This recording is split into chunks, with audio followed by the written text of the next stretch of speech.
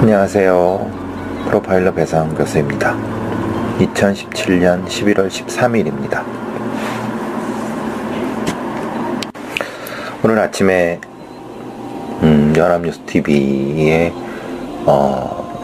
생방 출연하고 이제 기말고사 시험 출제하려고 학교에 잠깐 왔습니다.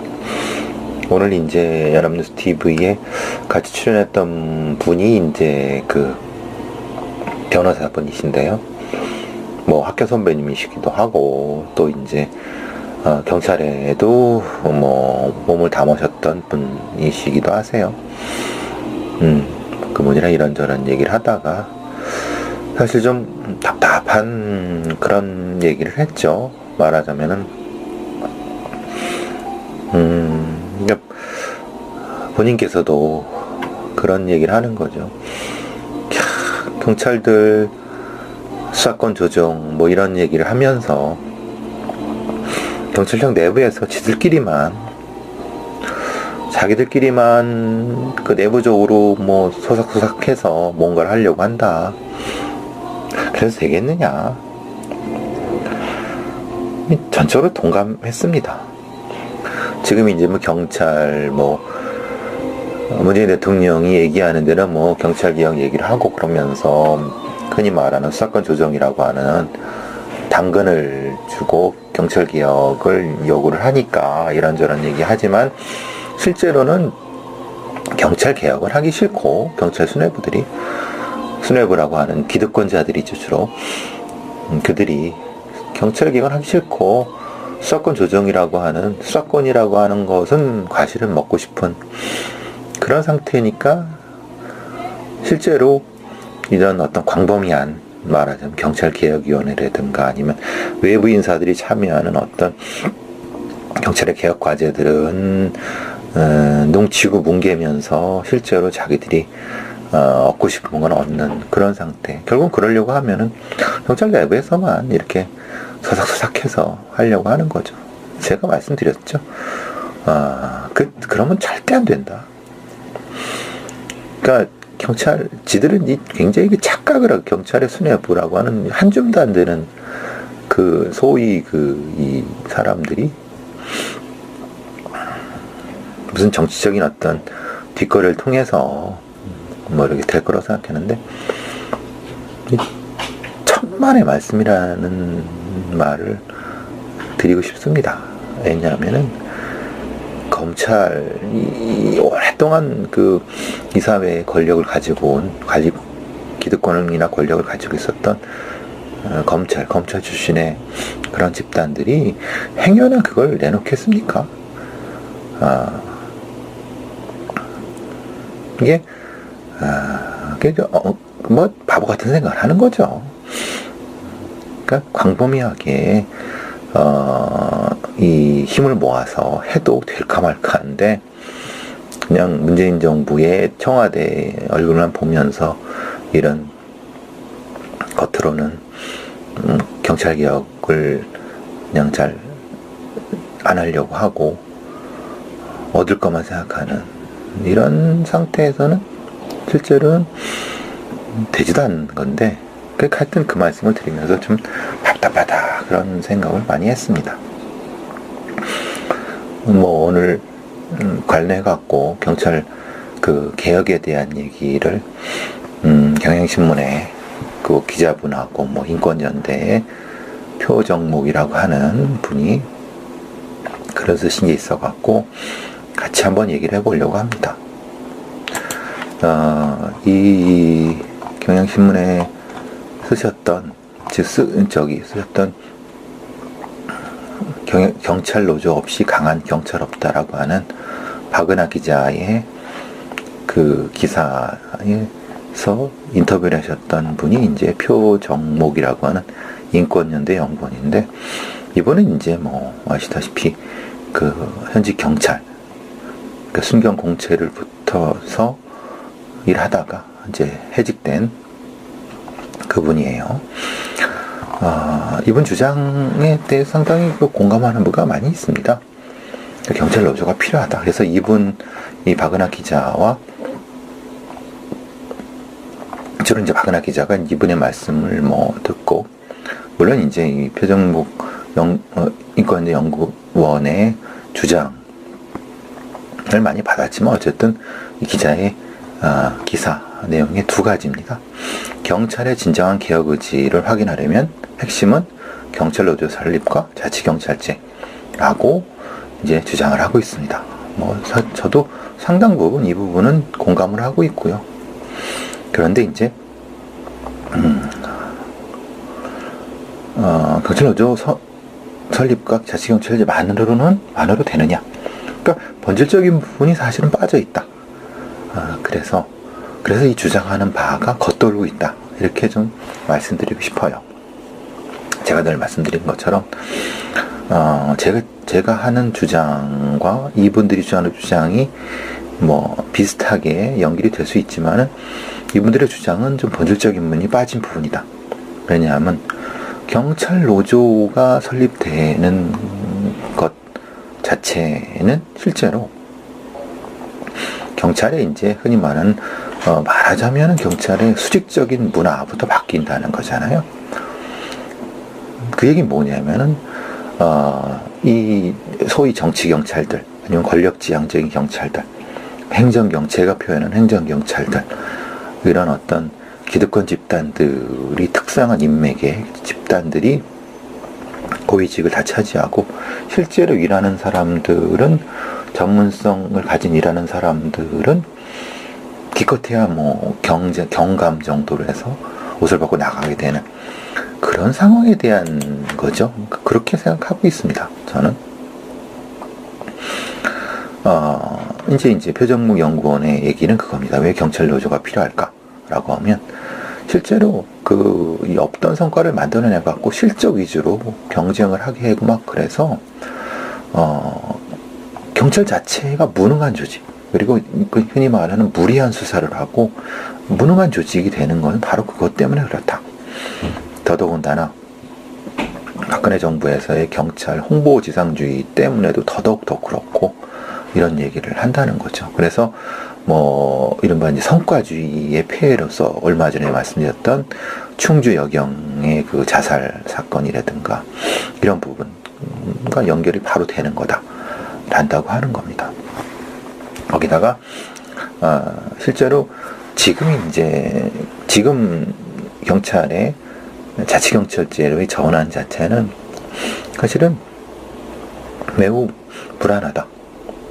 저도 그렇게 생각합니다. 왜냐하면 사실은 이 자치경찰제라고 하는 게 지금의 그 제주도에서 하고 있는 자치경찰제 정도밖에 안 됩니다. 근데 그거는 소위 말하는 우리가 생각하는 자치경찰이라고 하는 큰 상은 그 미국식의 뭐 흔히 말하는 뉴욕시 보안관, 뭐 뉴욕시 경찰 국장 이런 사람들을 시민들이 뽑거나 뭐 이런 방식 아니면 뭐 이런 완전히 좀 말 그대로 자치 교육감이라든가 아니면은 뭐 시장처럼 이런 방식의 것을 국민들은 생각하는 것 같은데 실제로 경찰이 내놓은 자치경찰은 그게 아니에요. 말 그대로 지금 제주경찰처럼 그냥 이 경찰의 업무 중에서 교통이나 아니면 뭐 이런 행정경찰에 가까운 뭐 이 경비, 약간의 경비, 뭐 생활안전 이런 것만 별도로 이렇게 몰아갖고 한다는 거예요. 그걸 또 지휘하는 게 그 국가경찰청인 거예요. 그 아무런 의미가 없죠. 실제로 경찰청과 지방경찰청이 그 자치경찰을 지휘한다고 하면 사실 자치경찰을 할 필요 없어요.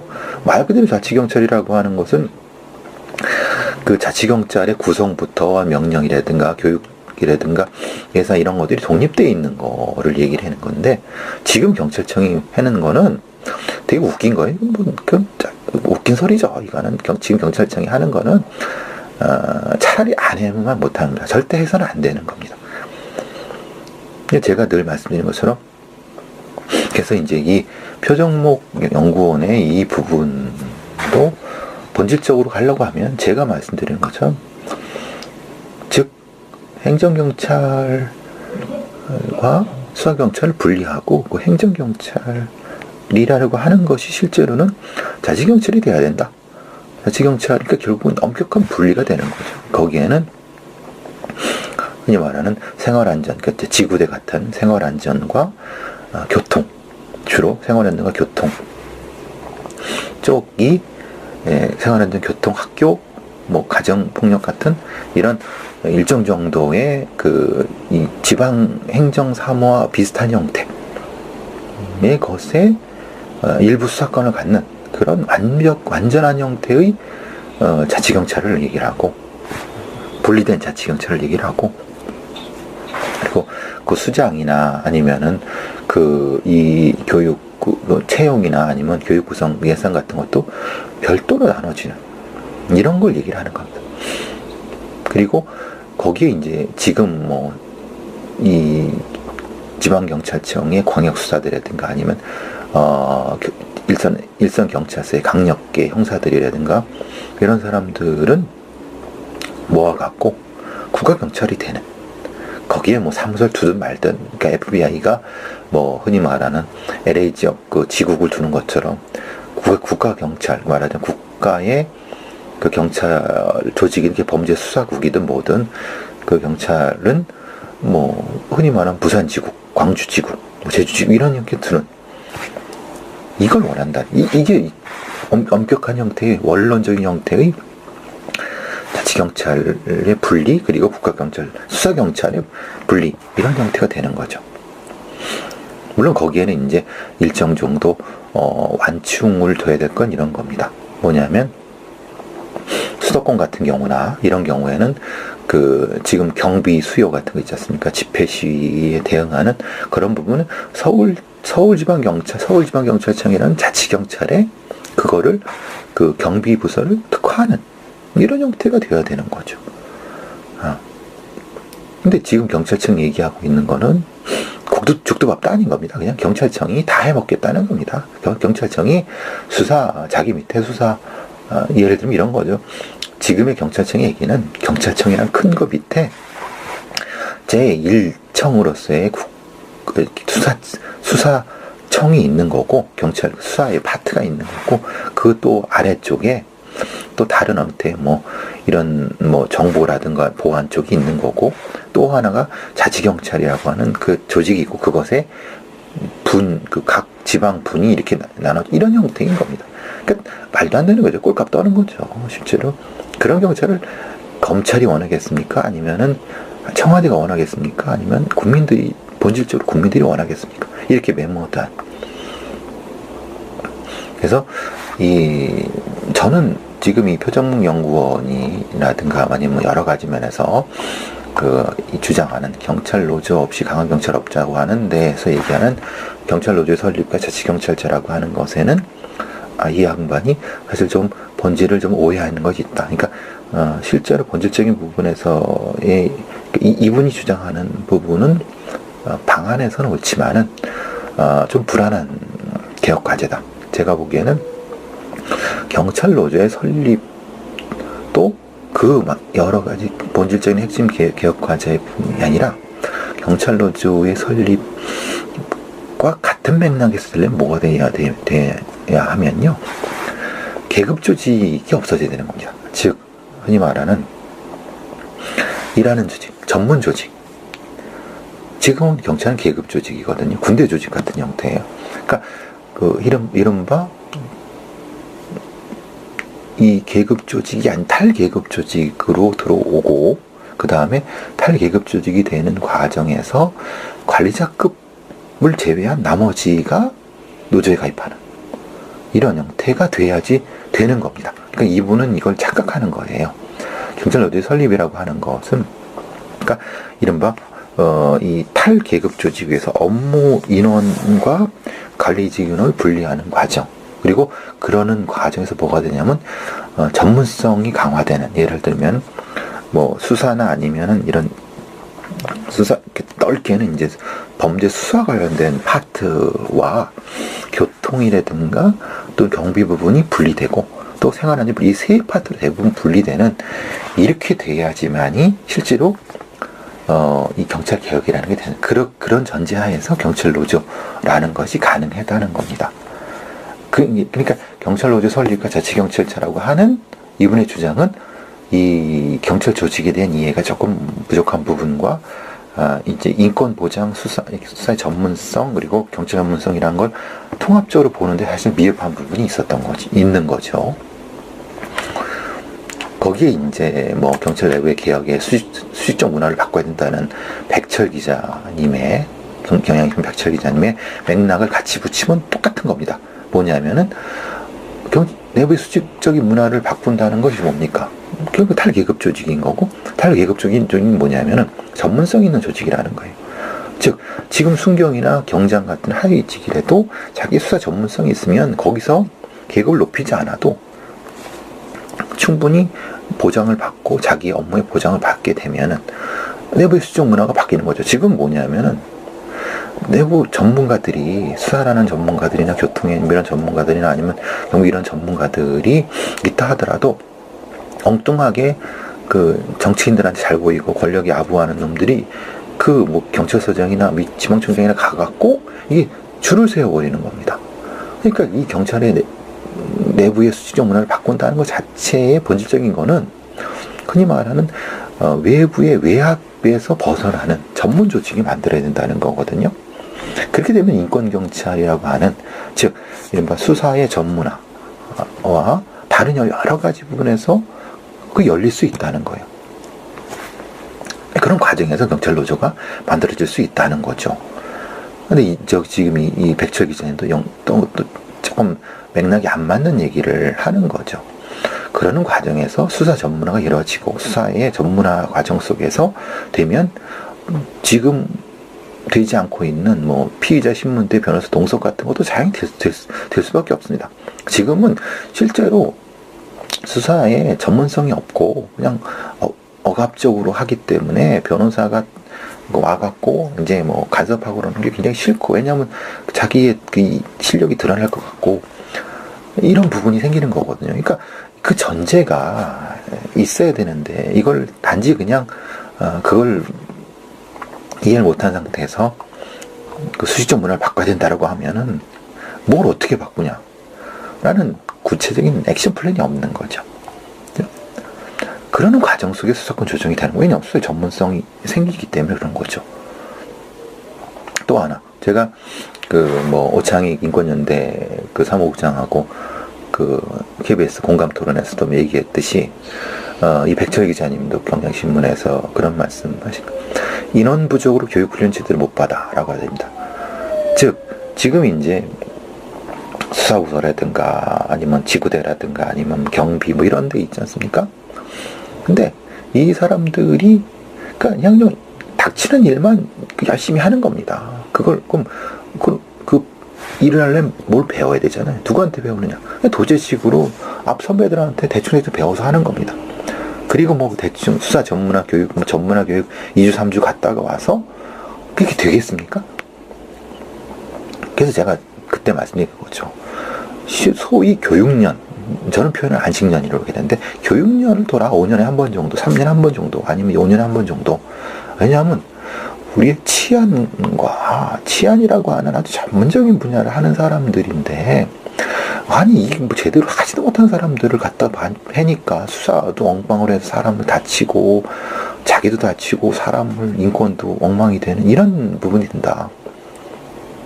결국은 늘 이런 얘기를 해요. 경찰이 인력이 부족한데 어떻게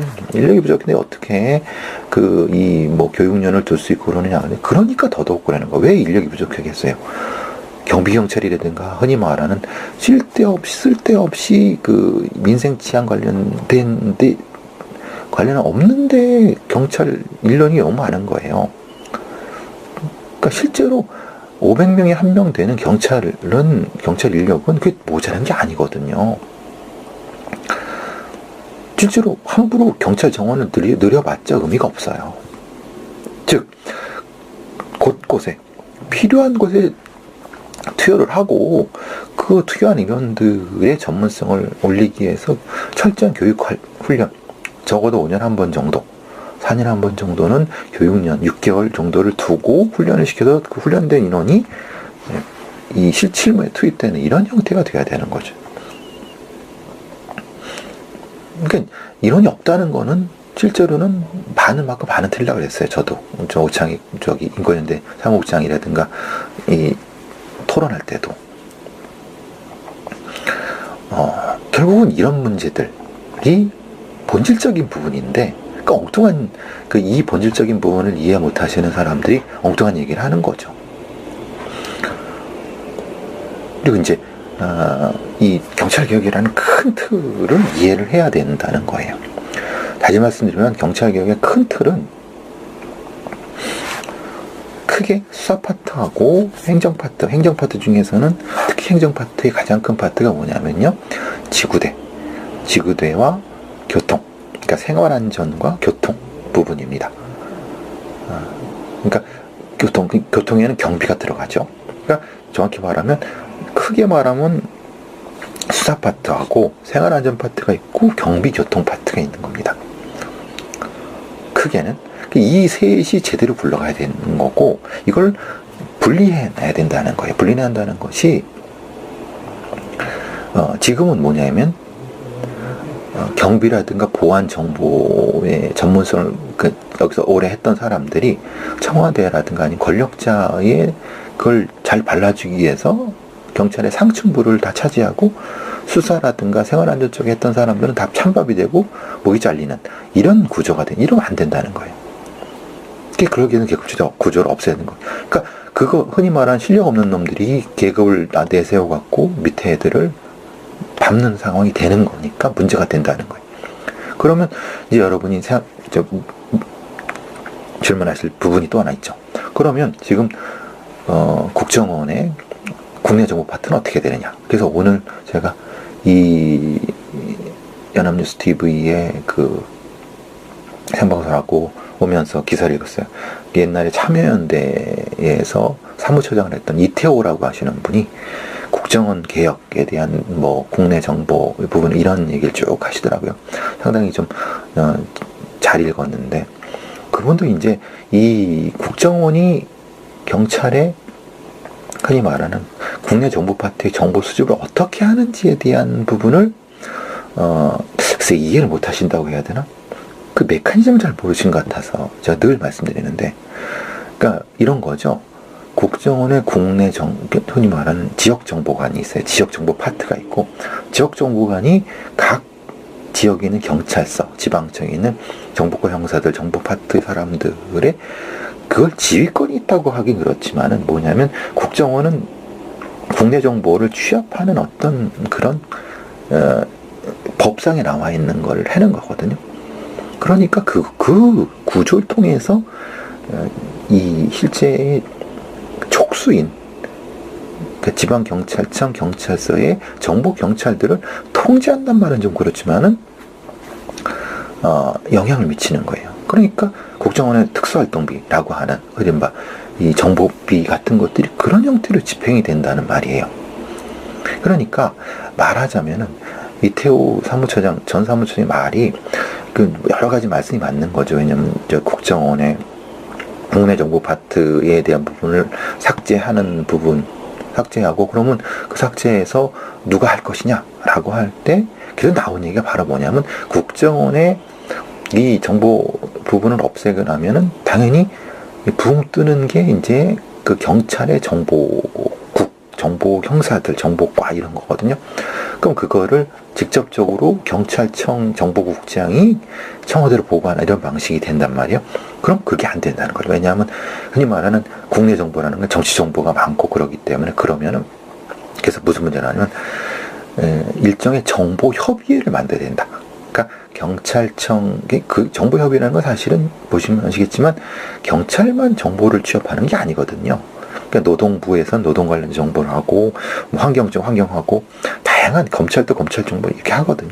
그래서 흔히 말하는 각 이 국무총리실 산하에 일반 경찰 국정원의 국내 정보 파트를 삭제하고, 기능을 삭제하고, 각 국무총리실 산하에 국무총리에서 지역 관련된 정보는 그 지역에 있는 쪽으로 흔히 말하는 지역정보협의회 같은 형태로 만들어서 그것이 이제 흔히 말하는 뭐 영국의 MI6, MI5 형태의 분리가 되든 그런 쪽으로 운영을 해야 된다는 거예요.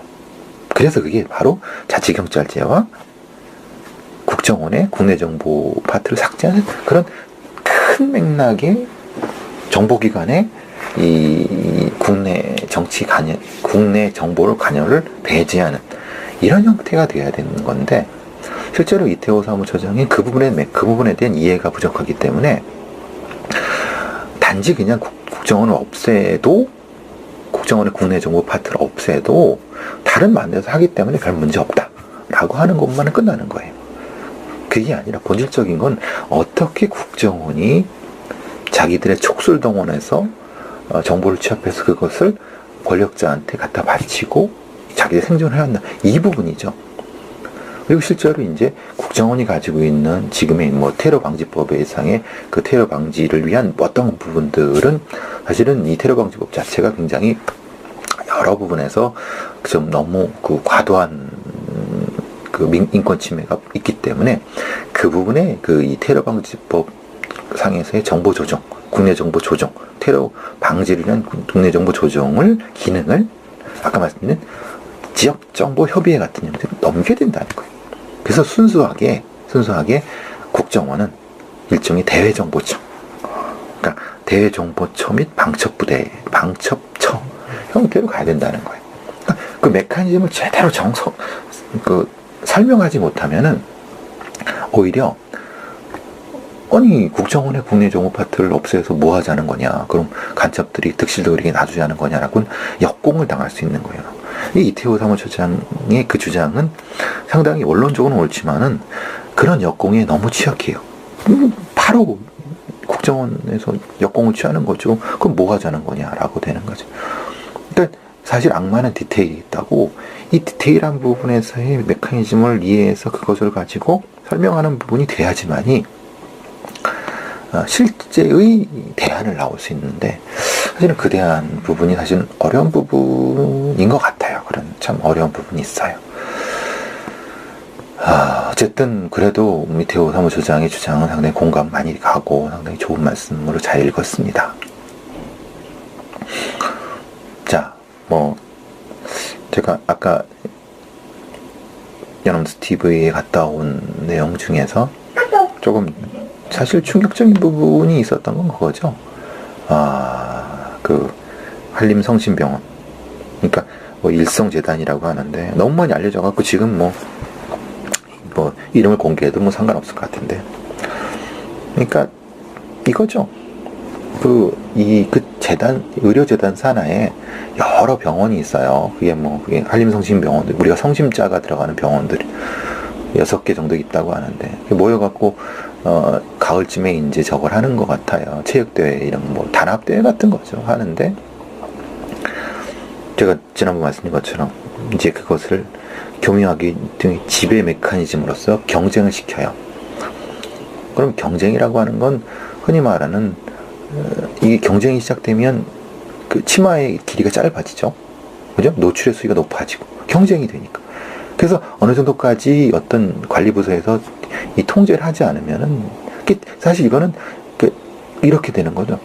시켰냐? 아니 야한춤 치게 시켰냐? 라고 역으로 묻는 거예요. 그 재단 사람들이 우리는 시킨 바가 없다. 지들끼리 경쟁해서 한 거 우리가 어떻게 이런 식으로 하는 거죠. 근데 이거는 뭐냐면 묵인이죠, 묵인. 그래서 실제로 중간 관리자들은 실제로 막 경쟁하는 거고, 그 경쟁하고 또 춤을 준비하고 그러는 과정에서 일종의 지배 시스템이 만들어지는 거예요. 그러니까 이른바 이 꽉 꼼짝 못하게 하는 거죠. 이거에 길들여지지 않으려면 나가라. 이게 아주 대표적으로 폐쇄적인 의료재단이나 사회복지재단의 그 메커니즘이라고 제가 지난번 말씀드린 것과 똑같아요. 근데 이제 요번에 또 나온 거는 보니까, 한림대학교, 한림성심병원, 지역구의 모 정치인한테 정치자금, 일종의 정치 후원금을 내라고, 이 해당 병원의 수간호사가 메일을 돌렸다, 뭐 카톡을 돌렸다 이런 게 되는 거예요. 제가 이제 연합수 TV의 생방송 때 그런 얘기를 했죠. 실제로 수간호사 정도가, 수간호사라고 하면 쉽게 말하면 한 30살, 뭐 한 40살 먹은 사람인데, 아니 그 사람이 무슨 실제로 그 사람이 무슨 저거잖아요. 정치를 알아갖고 그 간호사들, 흔히 말하는 일반 간호사한테 후금 내라 말을 하겠어요. 말이 안 되지 않아요? 아니 그 수간호사를 제가 폄훼하는 건 아닌데, 사실 상식적으로 좀 이해가 안 되잖아요. 그러면은 이것은 상당히 힘을 여지는 충분하다. 어떤 거냐면 이런 거죠. 실제로 재단의 고위직 인사가 명시적으로 문서로 어디 누구한테 후원금 내십시오 라고 하면 큰일 나요. 이건 정치자금법, 선거법이 위반되면 그건 뭐 크게 처벌을 받을 수 있는데, 이런 얘기를 할 수 있잖아요. 뭐 흔히 말하는 간부회의 때, 이럴 때 뭐 어떤 정치인이 우리한테 뭐 상당히 좋은 도움이 될 수 있다라고 한마디만 하면은, 했다는 얘기 한마디만 하면은 그 밑에 있는 중앙관리자들, 특히 수간호사라든가 뭐 관리부장 이런 사람들 같은 경우는 그냥 이심전심이죠. 다 갈각인가? 그러니까 이런 부분들이 이 폐쇄적인 형태의 의료재단이나 사회복지단에서 지역에선 사실은 적지 않다. 그게 상식적으로 그렇게 될 것 같죠. 그래요, 실제로. 그러면 이런 거죠. 아니 너 후금 내기 싫으면 말아라. 근데 그 말이 얼마나 무서운 말인지 잘 아시잖아요. 말아라 하는데 그 전제는 뭐죠? 아니 우리 간호사들은 다 냈는데 왜 너만 그래? 라고 하면은 그건 찍히는 거잖아요. 그러니까 이 상황이 벌어질 수 있다는 거죠. 상당히 가능성이 높은 얘기예요. 물론 실제로 이 정치인이 그 재단에 대고 돈 달라 한 적, 설마 그랬겠어요? 생각해보세요. 지가 걸릴 짓을 하겠어요? 아무리 하고 싶다 하더라도. 또 사실 굳이 그럴 필요도 없어요. 왜냐하면 어차피 유력한 정치인이고, 도움이 필요한 거는 사실은 재단이라고 하면은 당연히 알게 모르게 해야 된다고 하는 공감대가 형성이 되면은, 이게 참 이 병원의 간호사들, 특히 이제 이 중하위급 간호사들이 특히 비정규직 많고 월급도 뭐 적게 받는데 이리저리 삥 뜯기고, 거기다가 더 큰 문제는 그런 부분이라는 거잖아요. 만약에 거기에 뭐 드레싱이라고 하면 이 붕대나 이런 감는 거예요. 화상이나 뭐 상처 입으면 이걸 이제 소독하고 다시 붕대를 감는 이런 드레싱이라고 하는데, 그게 이제 이 병동 같은 데에 뭐 어떤 이유 때문에 뭐 환자들이 훔쳐갈 수도 있고 아니면 뭐 훼손될 수도 있고, 훼손된 걸 그 개인 병동마다 부담시키는 거예요. 부담시키면 당연히 그 간호사들이 각출해 갖고 하는 거잖아요. 이런 삥뜯기도 한다는 거잖아요. 근데 사실은 여기 이 재단만 그런 건 아니에요. 제가 알고 있기로는 다른 여러 재단이 비슷하게 해요. 나쁜 짓은 보고 배운다고 하거든요. 그러니까 어떤 이 정경련이라, 지금 정경련이 없어졌나요? 라든가 이런 기업단체라든가 그런 얘기를 하는 거죠. 왜 반기업적 문화를 선동하느냐 이런 얘기를 하는 거예요. 근데 반기업적 문화를 선동한다고 생각하지 말고, 실제로 이렇게 비정규직이 100만 원도 못 받는 비정규직들이 이렇게 삥 뜯기는 거예요. 니들이 명시적으로는 니들이 안 하지만은 현실적으로 이게 되고 있다는 건 니들이 더 잘하지 않느냐.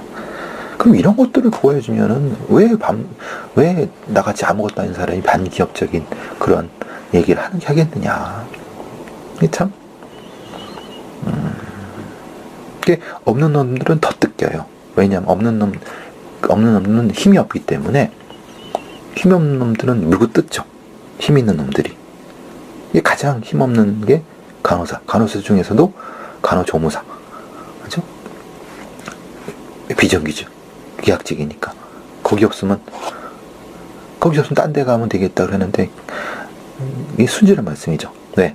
한번 찍히고 블랙리스트 돌면은 딴 데 못 가요. 그러니까 그 젊은 여성들이 그 늑다리들 앞에서 60, 70 넘은 그 재단 늑다리들 앞에서 이 미니스커트 입고 뭐 거의 핫팬츠 입고 그 엉덩이 흔들어대는 그 비참한 일을 해야 되는 거 아니겠습니까? 이걸 관리해야 되는 게, 다시 말씀드리지만, 근로감독관들이 해야 되는데, 실제로는 근로감독관들이나 노동부 같은 애들이 이런 의료재단은 힘이 세기 때문에, 왜? 얘네들은 지역 정치인도 좌우지우지 할 수 있는 힘, 아니면 적어도, 그래서 오죽했으면은 그 병원 옆에 같은데 보건복지부에서 아무것도 못하고 공문 하나 뜩 보낸 거잖아요. 이게 한국 사회의 가장 밑바닥에 있는 처참한 모습입니다. 안타깝죠. 자, 보은에서 토막살인 사건? 저는 토막살인 사건이란 말을 잘 안 쓰려고 하는 것이, 요번에 보은에서 벌어졌던 그거는 살해 후 토막 같습니다. 그러니까 말하자면 살아있는 상태에 토막을 낸 게 아니라, 이제 이런 거죠. 뭐 사건의 경과는 5일날 어떤 50대 여성이 이제 실종 3일째 되는 날 주변 사람이 실종 신고를 했어요. 그러니까 2일날 사실은 실종이 된 거죠. 그러니까 성인 실종이니까 3일쯤 되니까 3일 지났잖아요. 그러니까 아무래도 빨리 수사를 했어야 되는데 빨리 수사를 했죠.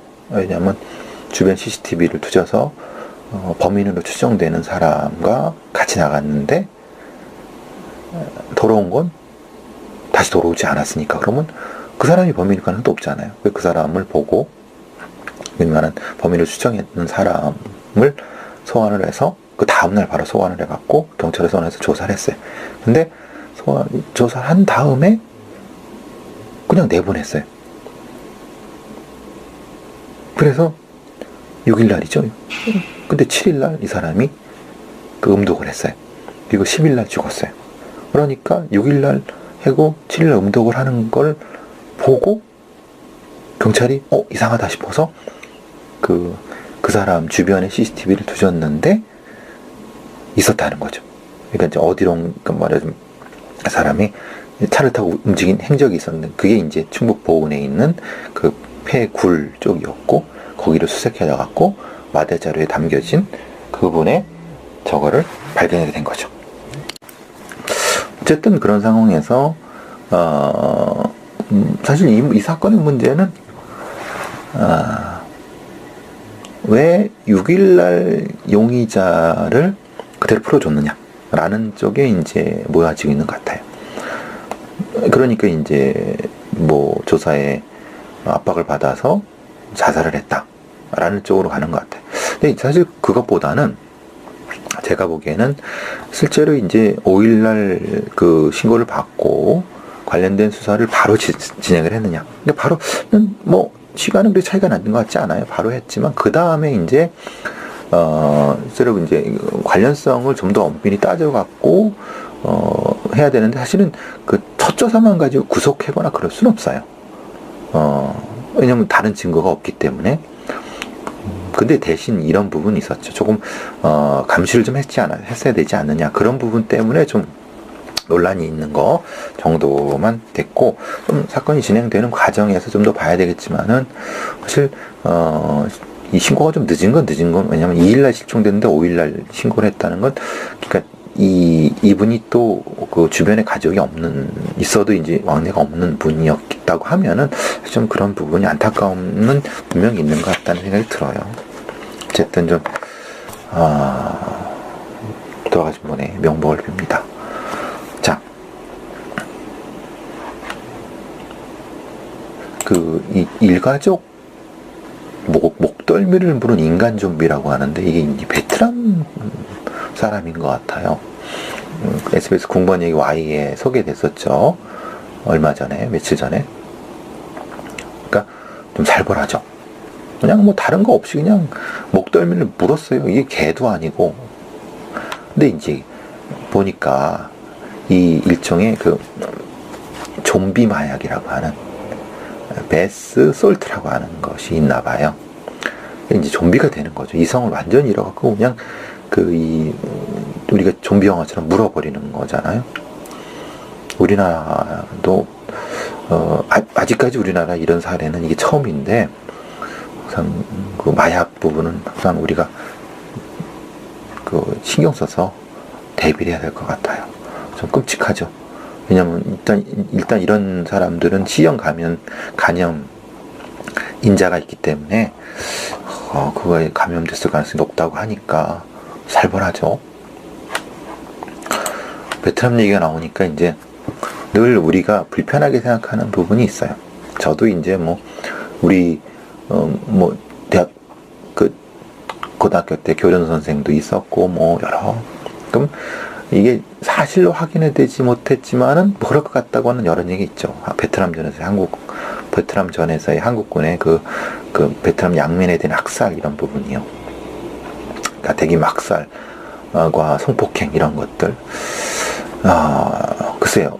정확한 어떤 구체적인 그 조사 결과는 아닌데, 분명히 그걸 주장하시는 베트남 피해자분들이 있고, 그리고 저나 이제 저희 세대 같은 사람들이 들었던 얘기들, 말하자면 실제로 베트남 전에 거기 갔다 온 사람들이 이 베트콩과 관련된 여러 가지 전투를 하다가 베트콩으로 오인해 갖고 이렇게 했다는 이런 얘기들 적지 않게 얘기 듣죠.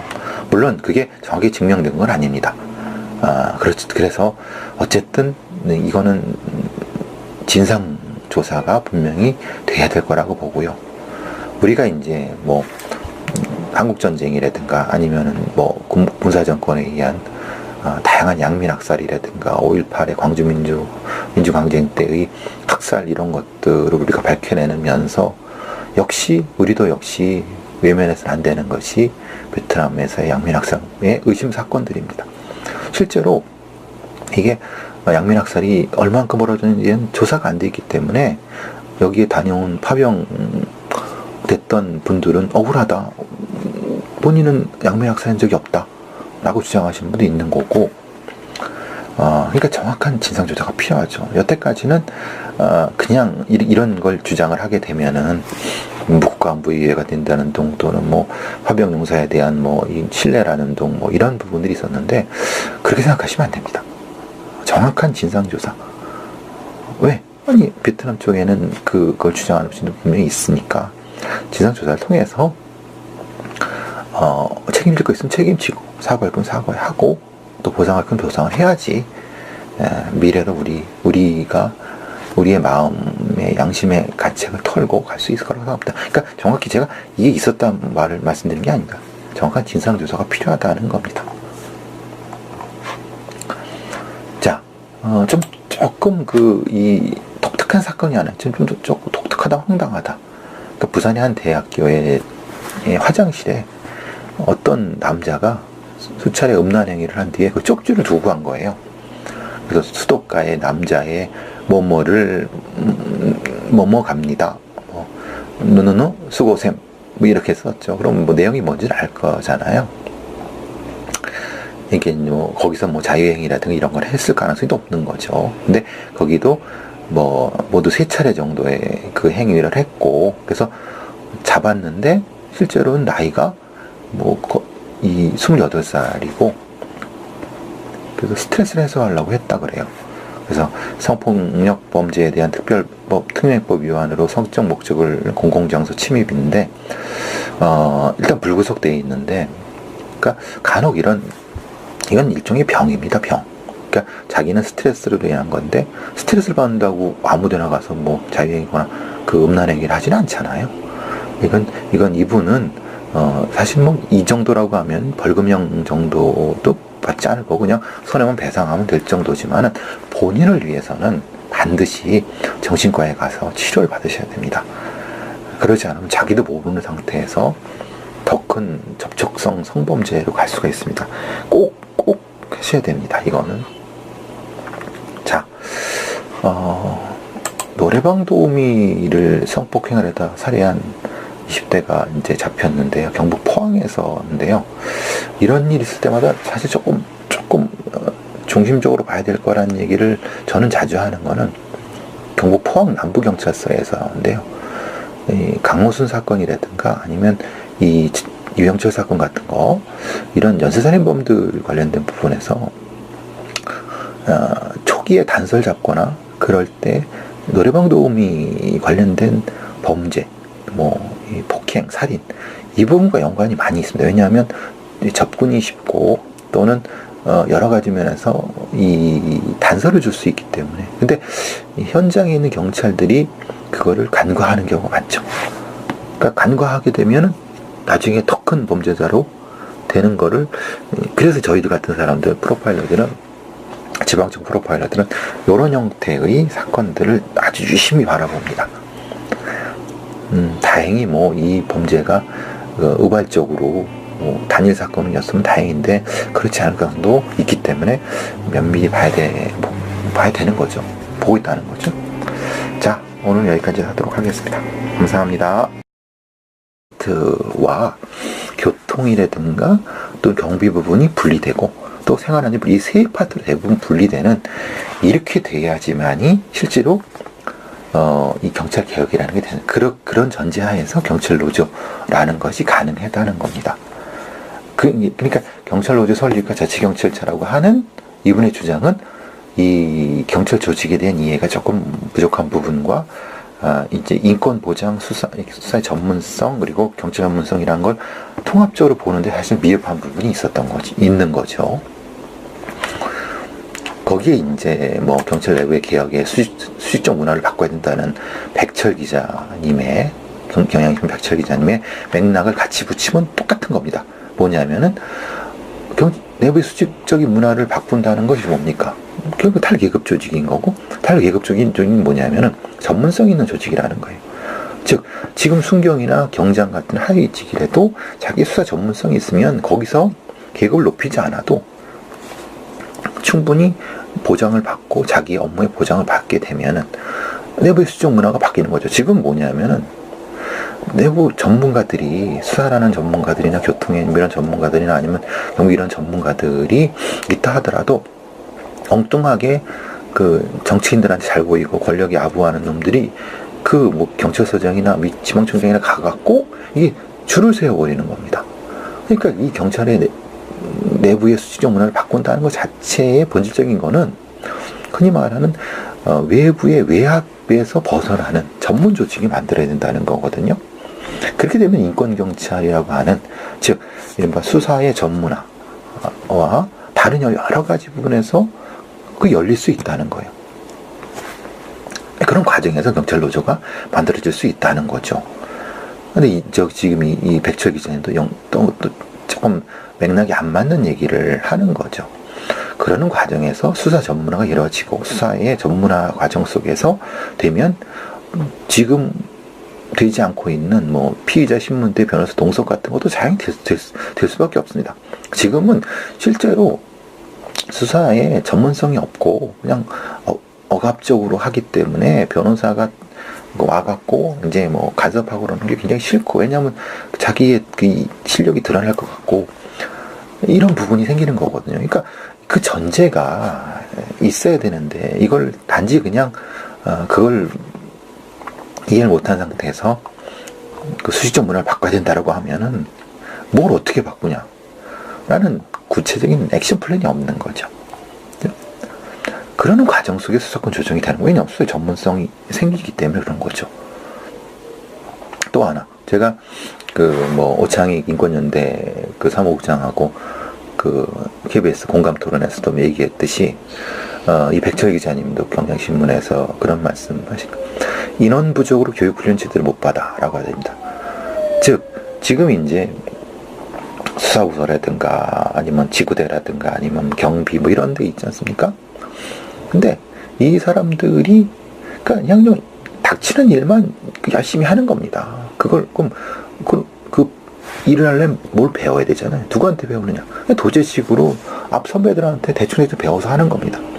그리고 뭐 대충 수사 전문화 교육, 뭐 전문화 교육 2주 3주 가셨어요. 강력계 형사들이라든가 이런 사람들은 모아갖고 국가경찰이 되는, 거기에 뭐 사무소를 두든 말든, 그러니까 FBI가 뭐 흔히 말하는 LA 지역 그 지국을 두는 것처럼 국가경찰, 말하자면 국가의 그 경찰 조직이 이렇게 범죄 수사국이든 뭐든 그 경찰은 뭐 흔히 말하는 부산지국, 광주지국, 뭐 제주지국 이런 형태들은 이걸 원한다. 이게 엄격한 형태의 원론적인 형태의 자치경찰의 분리, 그리고 국가경찰, 수사경찰의 분리, 이런 형태가 되는 거죠.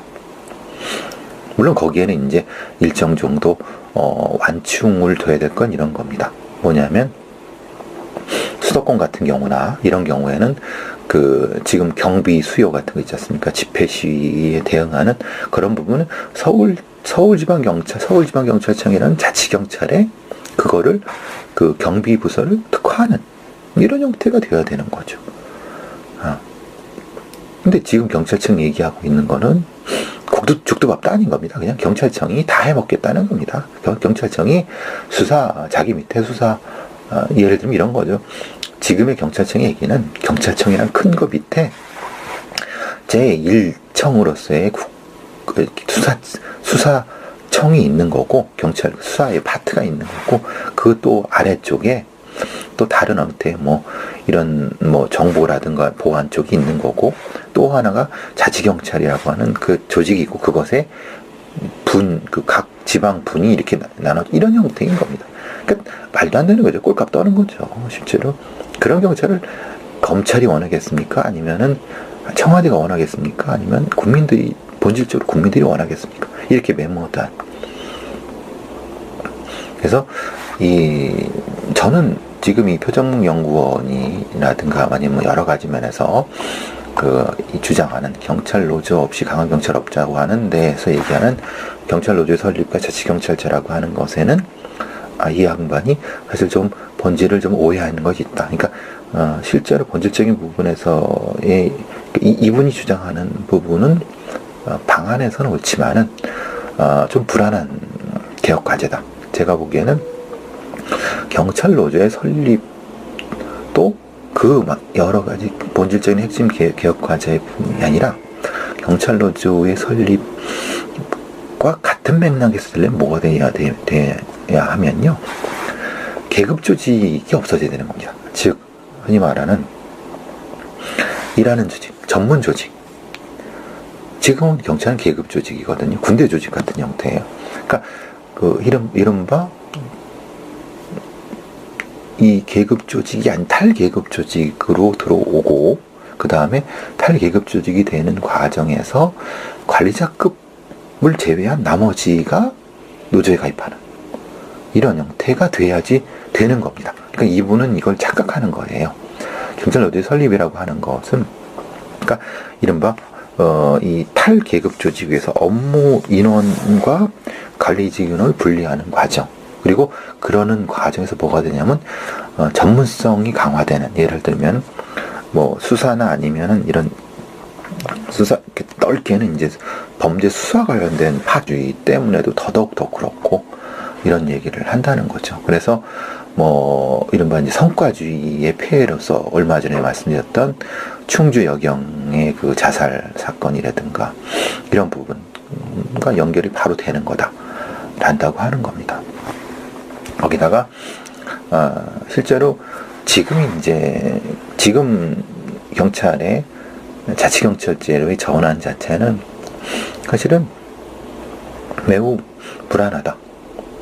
저도 그렇게 생각합니다. 왜냐하면 사실은 이 자치경찰제라고 하는 게 지금의 그 제주도에서 하고 있는 자치경찰제 정도밖에 안 됩니다. 근데 그거는 소위 말하는 우리가 생각하는 자치경찰이라고 하는 큰 상은 그 미국식의 뭐 흔히 말하는 뉴욕시 보안관, 뭐 뉴욕시 경찰 국장 이런 사람들을 시민들이 뽑거나 뭐 이런 방식 아니면 뭐 이런 완전히 좀 말 그대로 자치 교육감이라든가 아니면은 뭐 시장처럼 이런 방식의 것을 국민들은 생각하는 것 같은데 실제로 경찰이 내놓은 자치경찰은 그게 아니에요.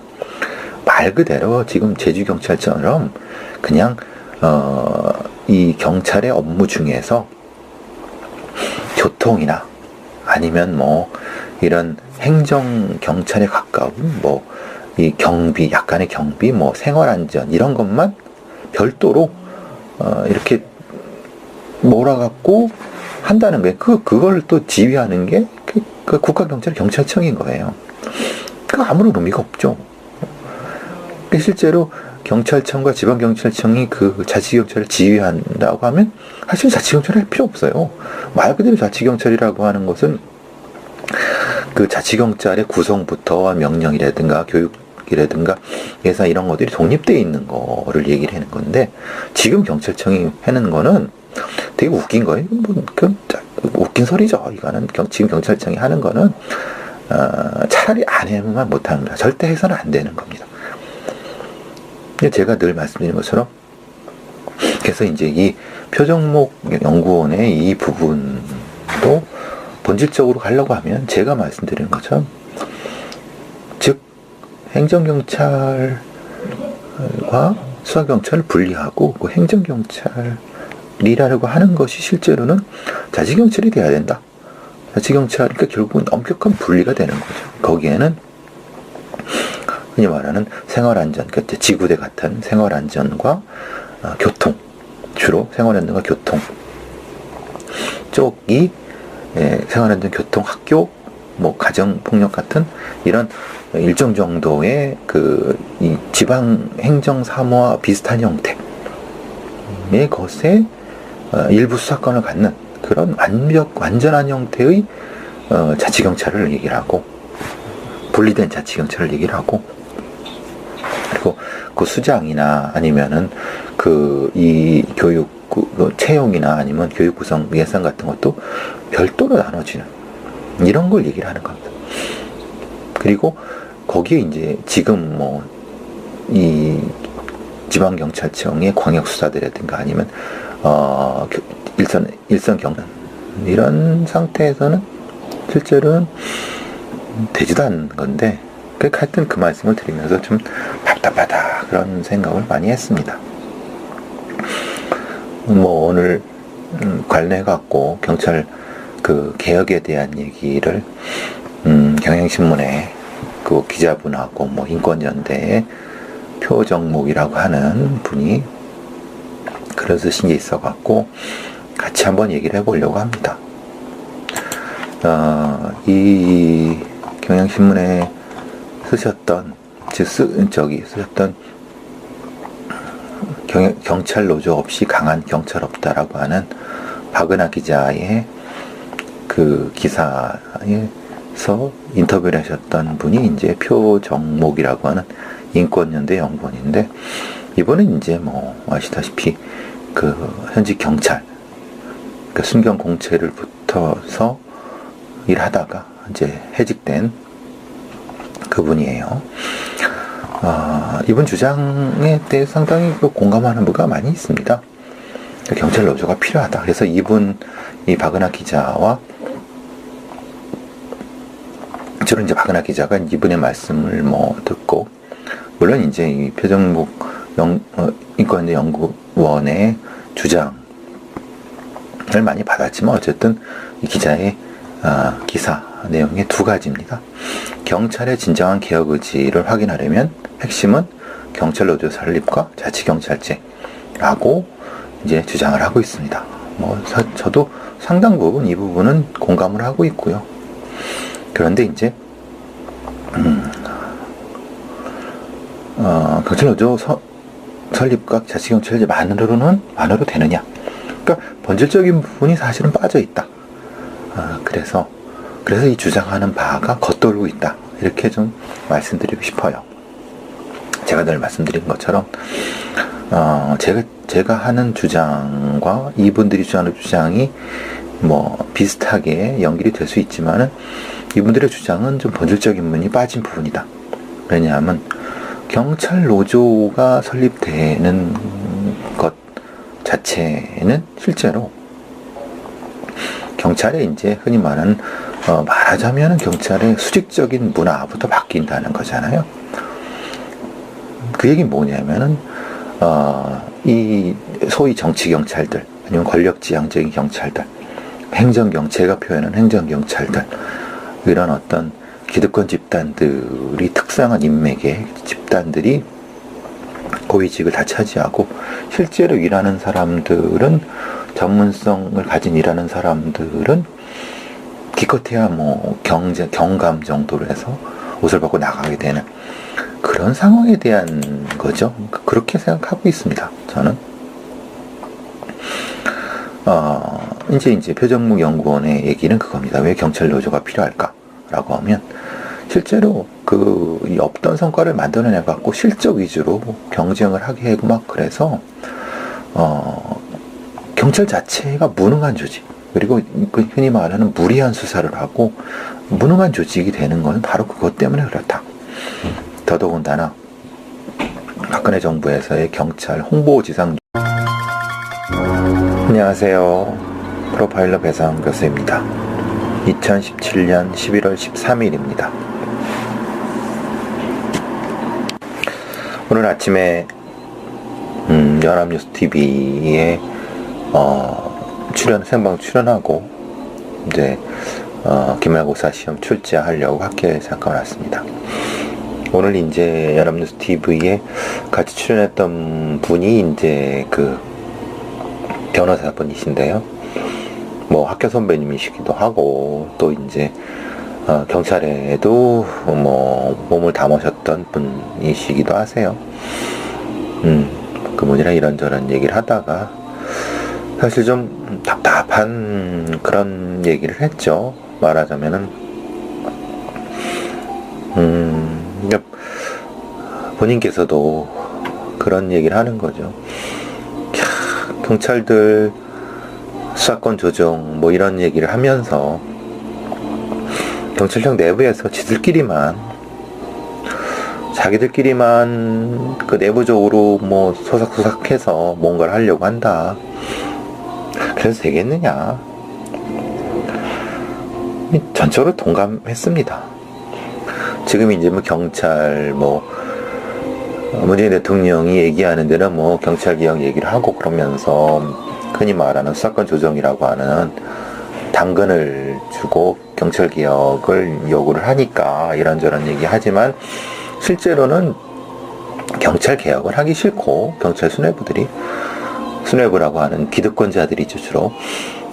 그들이 경찰개혁을 하기 싫고, 수사권이라고 하는 것은 과실은 먹고 싶은 그런 상태니까, 실제로 이런 어떤 광범위한, 말하자면 경찰개혁위원회라든가 아니면 외부 인사들이 참여하는 어떤 경찰의 개혁 과제들은 농치고 뭉개면서 실제로 자기들이 얻고 싶은 건 얻는 그런 상태. 결국 그러려고 하면은 경찰 내부에서만 이렇게 서삭서삭해서 하려고 하는 거죠. 제가 말씀드렸죠. 그러면 절대 안 된다. 그러니까 지들은 굉장히 착각을 하고, 경찰의 수뇌부라고 하는 한 줌도 안 되는 소위 이 사람들이 무슨 정치적인 어떤 뒷거리를 통해서 뭐 이렇게 될 거라고 생각했는데, 천만의 말씀이라는 말을 드리고 싶습니다. 왜냐하면은 검찰이 오랫동안 이 사회의 권력을 가지고 온, 기득권이나 권력을 가지고 있었던 검찰 출신의 그런 집단들이 행여나 그걸 내놓겠습니까? 이게 뭐 바보 같은 생각을 하는 거죠. 그러니까 광범위하게 이 힘을 모아서 해도 될까 말까한데, 그냥 문재인 정부의 청와대 얼굴만 보면서 이런 겉으로는 경찰개혁을 그냥 잘 안 하려고 하고 얻을 것만 생각하는